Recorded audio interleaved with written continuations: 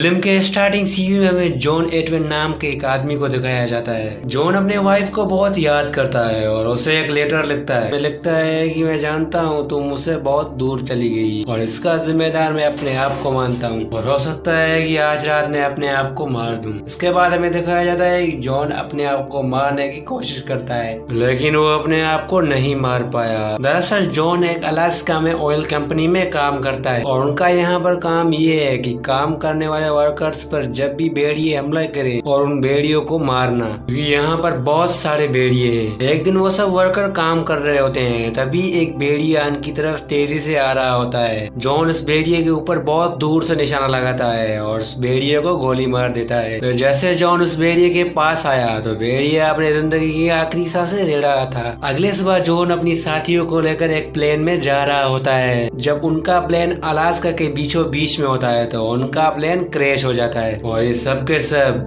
Alaska के सुनसान इलाके में फंस चुके हैं, जहाँ पर चारों तरफ सिर्फ बर्फ ही बर्फ है और यहाँ पर इतनी ज्यादा ठंड है कि शायद इनकी जान ठंड की वजह से चली जाए। इस प्लेन क्रैश में इनका एक साथी वहीं पर ही मर जाता है। जॉन सबको कहता है कि अब यहाँ पर हमें आग जलाना चाहिए। साथ ही वो ये भी कहता है कि आज रात हम यहीं पर रहेंगे, सुबह जैसे होगी हम यहाँ से निकल जाएंगे और हमें यहाँ पर कोई भी ढूंढने नहीं आएगा। अगर आया भी तो भी हमें ढूंढ नहीं पाएगा क्योंकि ऐसी लोकेशन है। रात को ये सब आग लगाकर बैठे हुए होते हैं, तभी जॉन पर एक भेड़िया अटैक करता है और जॉन के पैर को जख्मी कर देता है और जॉन समझ जाता है कि ये पूरा एरिया भेड़ियों का है। वो जॉन के पाँव पर अटैक कर देता है जिसकी वजह से उसके पाँव पर काफी ज्यादा चोट लगी होती है। जॉन अपने सभी साथियों को कहता है कि यहाँ पर जितने भी लाशें हैं ये हमें यहाँ से हटा देनी होगी। अगर हमने ये लाशें यहाँ से नहीं हटाई तो भेड़िए खून की स्मेल की वजह से यहाँ पर पहुंच जाएगी। तो ये सब रात को लाशें हटा रहे होते हैं तो जॉन को एहसास होता है कि उसके आसपास कोई न कोई है। जॉन अपने साथ एक लकड़ी की अशाल लेता है और अंधेरे की तरफ जाने लगता है। वो जैसे जाता है तो पाता है कि वहाँ पर काफी ज्यादा भेड़िए हैं। फिर सुबह जैसे होती है वो अपने साथियों को कहता है कि हमें यहाँ से भागना नहीं चाहिए। अगर हम यहाँ से भागें तो हमारा भेड़िया पीछा करेंगे। जॉन सबको कहता है कि हमें बारी बारी यहाँ पर 2-2 घंटे का पहरा देना होगा ताकि सब लोग आराम से सो सकें। सबसे पहले वहाँ पर जॉन पहरा देता है, उसके बाद एक आदमी वहाँ पर पहरा देने आता है। रात को भेड़िए उस आदमी पर अटैक कर उसे मार देते हैं। उस आदमी की आवाज कोई भी नहीं सुनता।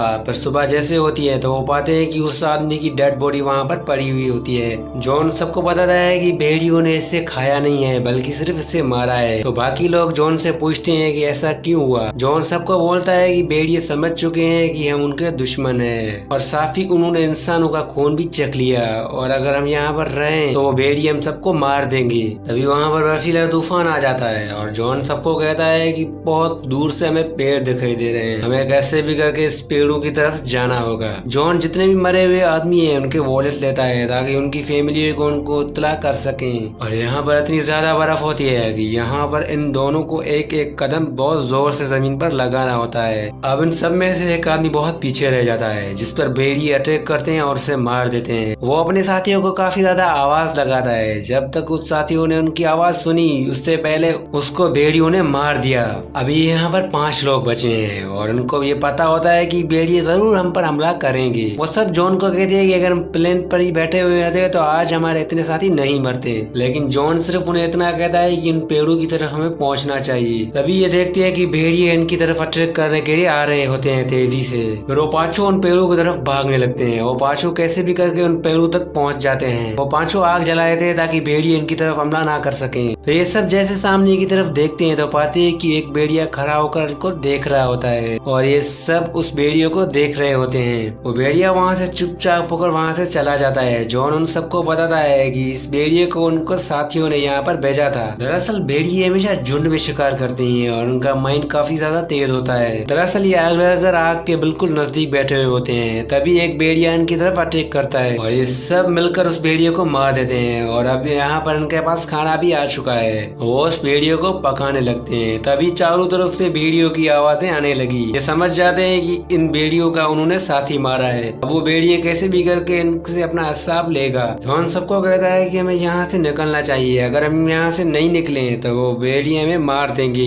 दरअसल यहाँ पर बहुत अंधेरा होता है और उनके पास जाने के लिए कोई रास्ता भी नहीं होता, लेकिन वो कैसे भी करके अपना रास्ता तलाश करके वहाँ से निकल जाते हैं। तभी वहाँ पर एक एडवर्ड नाम का आदमी होता है जिसकी तबीयत धीरे धीरे खराब होने लगती है। अब इनको यहाँ पर रुकना होगा क्योंकि उस आदमी की तबीयत बहुत खराब हो चुकी है। अगली सुबह उस आदमी की डेथ हो चुकी थी। फिर तभी धीरे धीरे वेदर कंडीशन खराब होने लगी, आसमान में बादल गरजने लगे। अब ये समझ जाते हैं कि अगर यहाँ पर बारिश पड़ी तो ये ठंड की वजह से मर जाएंगे, साथ ही वो आग भी नहीं जला पाएंगे। लेकिन तभी वहाँ पर बहुत तेज तूफान आता है। तूफान के बाद उनका साथियों की तबीयत तो और भी खराब हो चुकी थी। अब जैसे तूफान थमता है तो वो वापस जाने के लिए तैयारी करते हैं और निकल जाते हैं अपनी ट्रेवल की तरफ। और तभी यहाँ पर इनको पानी की आवाज भी सुनाई देती है और जैसे उस पानी की तरफ जाने लगते हैं और वो जैसे देखते हैं कि उनकी तरफ एक बहुत बड़ी खाई है जिससे इनको पार करना पड़ेगा। और ये खाई इतनी ज्यादा गहरी है कि ये चाह कर भी इसको पार नहीं कर सकते हैं। इनके पास रस्सी होती है लेकिन इतनी बड़ी रस्सी नहीं होती। वो उस रस्सी को उस चट्टान पे बांधते हैं और धीरे धीरे वो उस रस्सी पर चढ़ना शुरू कर देते हैं। दरअसल उनके पास रस्सी भी पूरी नहीं होती। वो उस रस्सी पर अपने कुछ कपड़े अटैच कर देते हैं। तो उन्हीं में से एक आदमी उस चट्टान ऊपर उस रस्सी की वजह से कूद जाता है। दरअसल ये तीनों आदमी एक नदी के पास आते हैं और वहाँ पर बैठे हुए होते हैं। लेकिन तभी इनकी तरफ कुछ भेड़ियों की आवाजें सुनाई देने लगती है।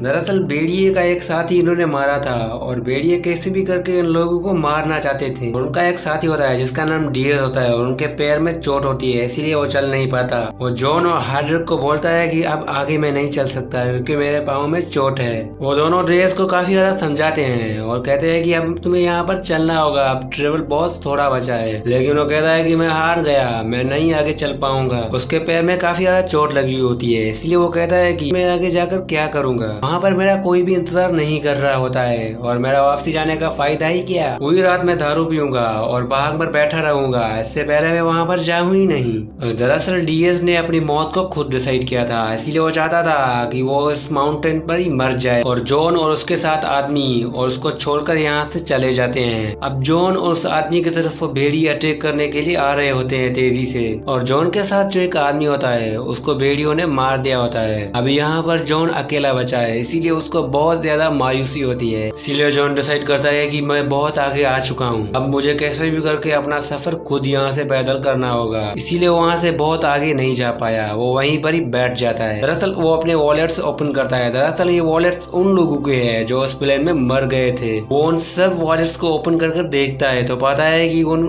वॉलेट्स में उनकी फैमिली के फोटोज पड़े हुए होते हैं। तो जैसे वो अपने चारों तरफ देखता है तो पाता है कि वहाँ पर भेड़िए आ चुके हैं और यहाँ पर भेड़िए इनकी तरफ अटैक करते हैं और उनको यहीं पर ही मार देते हैं। इसके साथ इस मूवी का यहीं पर ही एंड होता है। दोस्तों मैं उम्मीद करता हूँ कि मूवी एक्सप्लेनेशन आपको पसंद आई होगी। अगर पसंद आई होगी तो मेरे चैनल को सब्सक्राइब को लाइक कर देना। अल्लाह हाफ़िज़।